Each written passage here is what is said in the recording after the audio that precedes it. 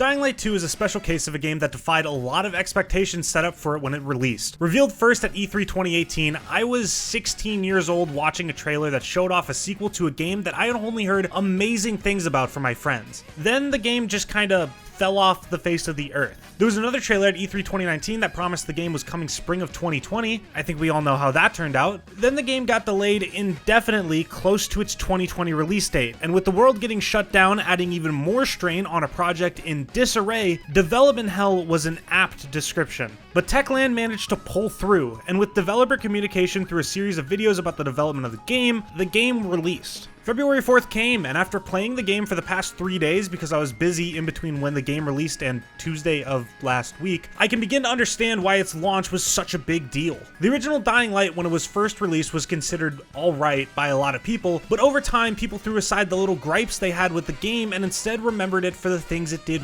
really well. Addicting gameplay, satisfying combat, suspenseful atmosphere, and interesting mechanics all pushed people to talk about the game more and more so that it wouldn't be forgotten. Techland didn't just brush away this hype and ignore it like a certain other game that was hyped up past its time. The amount of DLCs, updates, and developer feedback is something that few other developers in the industry can truly compare with. So considering Dying Light 2 is a sequel to a game that only becomes loved by more and more people as it ages, there's a lot for it to live up to. Is the combat as good? The parkour? The mechanics? Is the drop kick still fun? Yes. To literally everything. I'm not joking. I realize that this is a bit of a loaded statement to make considering I've never played the original Dying Light. I've always meant to, but I just never got around to it. Instead, I've asked all my friends who have now played both games, and across the board for them, Dying Light 2 seems to be an immediate improvement on everything the original set up. Combat is the peak for me in this game. Like, parkour and using a grappling hook is sick, don't get me wrong, and the atmosphere and sheer size of the map is crazy to see and feel in game, but this combat really is something else. On the surface, it seems a bit one-dimensional, and it kind of is, but I think the best way to describe it is that it's kind of just like a quick time event that you're actually playing out yourself. Dodging and vaulting over people to perform massive kicks really just doesn't get old, and the amount of variety you have once you get further into the game only improves the combat over time. As I mentioned, the dropkick is absolutely fucking busted, and from what I gathered, more busted than what it was in the first game. It's easily the most fun I had with the game's combat because it does so much damage for free and sends every single boss in the game flying. Realistically, the counter for it is that sometimes the enemies can just dodge out of the way, but you can just do it again with zero penalty, and that sounds like a con, but I promise you it's not. Speaking of sending things flying, for your consideration, the baseball bat. Home run!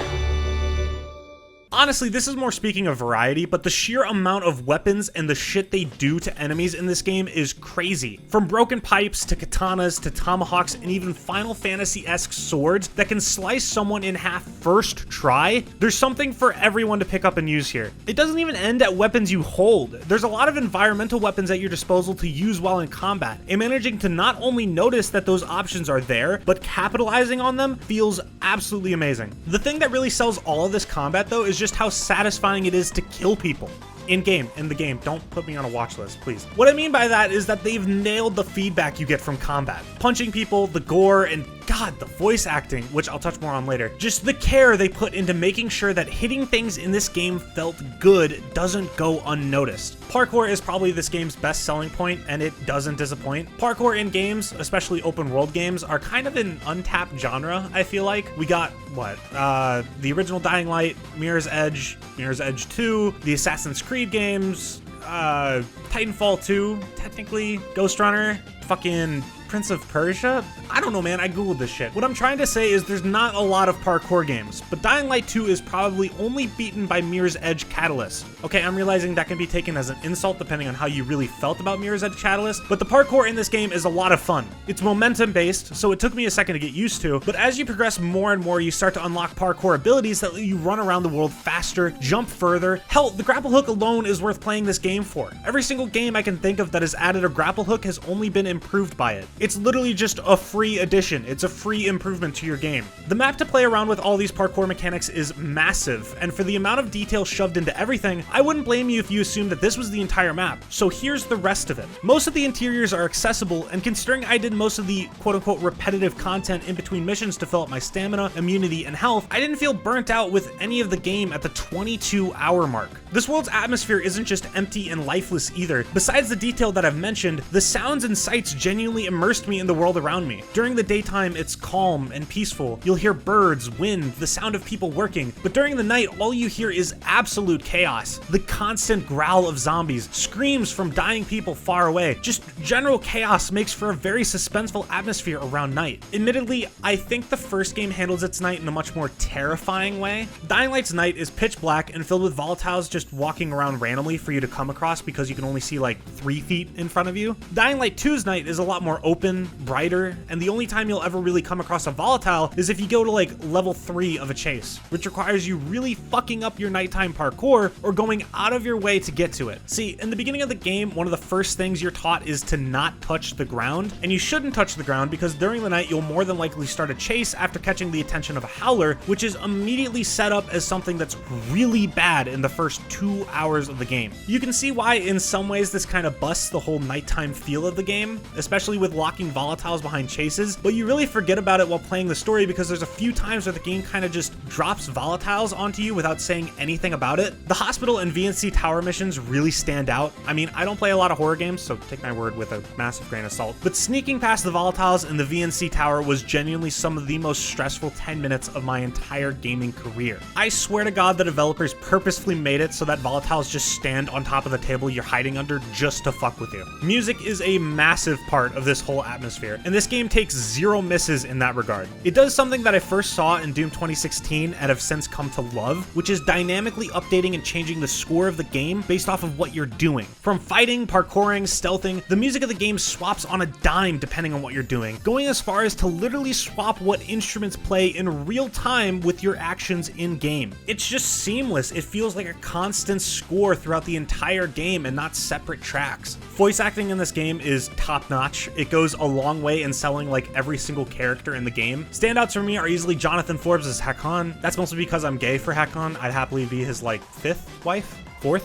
5th? He has a lot of wives, man. Whoever played Aglot, his voice is fucking sick, and I'm really mad that I can't find him anywhere because I swear I've heard him before. And obviously the first person you'll probably notice is Jonah Scott playing the main character of this game. For those who don't know Jonah Scott, if you're a furry, you might know him from this. If you're not a furry, you might know him from all of these other things. His voice acting work in this entire game is absolutely top tier. From all of his character voice lines to combat grunts and screams, his aggressive growls that are heard the more infected you get during the night, Jonah Scott's work single-handedly sells a lot of the feel of the combat. It's honestly to the point where I've stopped considering the main character as Aiden Caldwell, and I really just go around pretending that I'm just playing as Jonah Scott throughout the whole story. Mentioning the story, I think this is a great starting point to talk about my issues with the game overall, the story being a massive part of this. Pretty much all of your choices don't matter at all. I know it's kind of a joke at this point that developers do a lot of heavy lifting when they say your choices matter, even though it really only results in like some different dialogue options at best. But I don't even understand why they'd give us some of these choices. It's very clear the developers of the game wanted to tell their story. So if you're gonna go out of your way to completely ignore allegiances I've made with factions and people to progress the story in a way that I really didn't want it to go, why even give me the choices in the first place, honestly? I really only ended up caring about the characters, like Hakon and Lawan and Frank, because their dialogue and conversations are actually interesting, just not the story they're placed in. Alright, spoilers, if you really care. I wouldn't recommend caring, but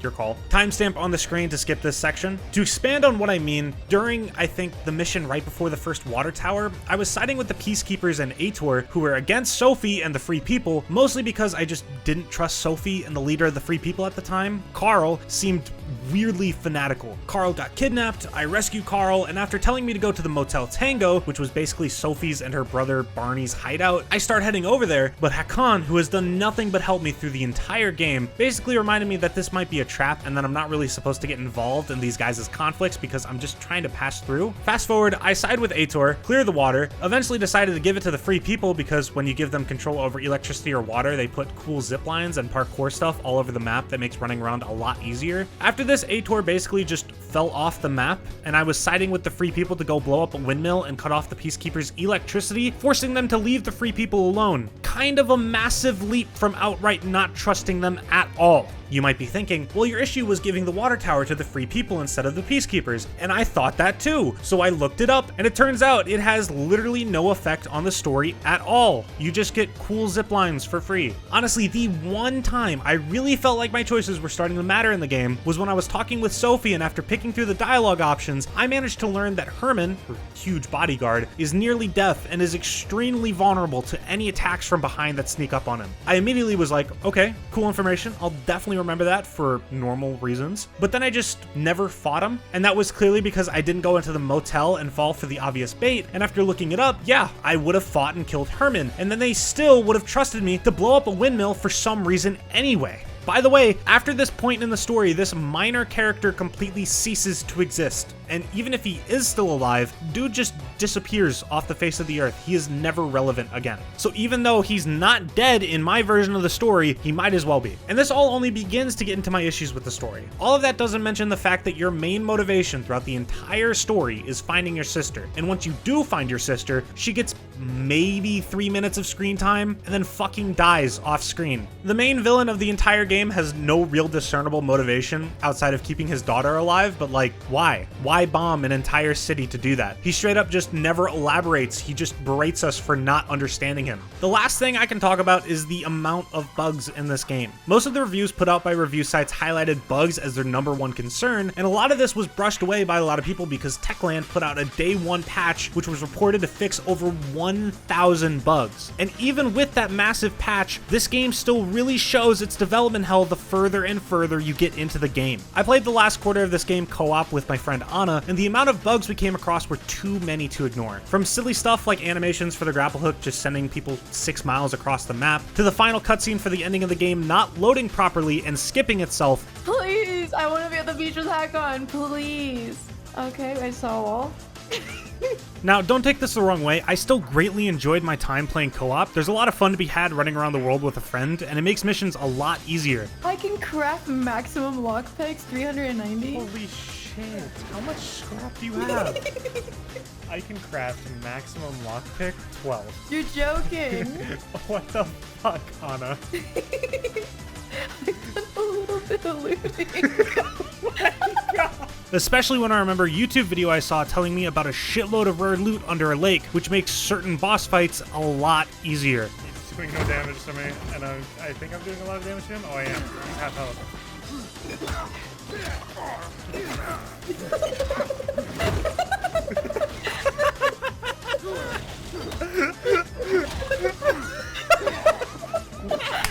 Also, for a game that did crash on me a couple of times, it has a lot of balls throwing out completely black loading screens that are uncomfortably long. Like, I'm talking just long enough to the point where I genuinely think the game has crashed and I need to do something about it. He didn't even die yet. What happened? I hope his mouth moves in this cutscene. Oh my god. I'm getting so annoyed with this glitch. Okay, this black screen's too long. Why are they uncomfortably long? Overall, Dying Light 2 is a game that's only going to get better as it ages. And I don't mean that in the sense of Techland eventually patching out most of these bugs. I really believe they will, especially with Dying Light's patch history. What I mean is that as this game ages, people are going to forget about their issues with the story and only talk about the good parts of this game. And everything this game does well, it nails. Even with the amount of bugs I mentioned, that didn't end up ruining Anna and I's experience with the game. It was a lot of fun and I'd play it again. I have no doubts about people making essay-style videos years down the road about how this game was such an underrated gem. Even if it wasn't underrated at all, this shit's launch day 1 was statistically larger than Halo Infinite on Steam. Alright, apologies for the delay with the video. Subscribe because I want to hit 80K as soon as possible.